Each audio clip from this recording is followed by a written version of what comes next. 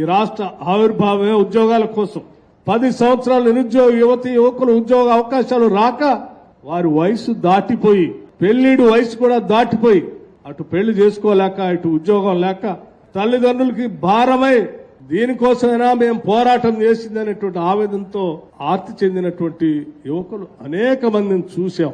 ఎట్టి పరిస్థితుల్లో ఇందిరమ్మ రాజ్యం వచ్చిన తర్వాత ఈ రాష్ట్రంలో ఉన్నటువంటి ప్రతి నిరుద్యోగ యువతి యువకుడికి ఉద్యోగ అవకాశాలు కాకపోతే కనీసం స్వయం ఉపాధి అవకాశాల ద్వారా ఉద్యోగ అవకాశాలు ఇప్పించాలి. కనీసం ప్రభుత్వ పరంగా ఉన్నటువంటి సంస్థల్లోనైనా వారు చదువుకున్నటువంటి దానికి తగినట్టుగా ఒక ఉద్యోగ అవకాశం కల్పించాలి.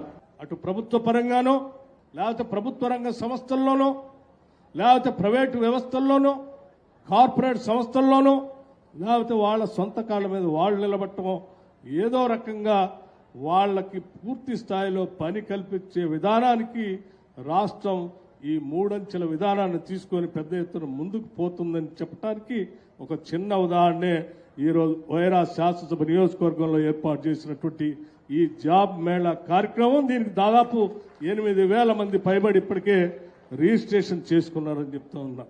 ఏ నిరుద్యోగ యువతి యువకుడు ఖాళీగా ఉండటానికి వీలేదు. ఈ రాష్ట్రంలో వచ్చిన ప్రతి అవకాశాన్ని అది ఒక బాధ్యతగా భావించి ఒంట్లో భయం పెట్టుకొని ఈ బాధ్యతని 10 మందికి మనం ఏ రకంగా నిర్వర్తించగలమని ఆలోచన చేసినప్పుడే నిజమైనటువంటి బాధ్యతాయుతమైన పాలన అందించగలం. అటువంటి బాధ్యతాయుతమైనటువంటి పాలన అందించేదే ఈనాటి ఇందిరమ్మ ప్రభుత్వం, ప్రజాప్రభుత్వం.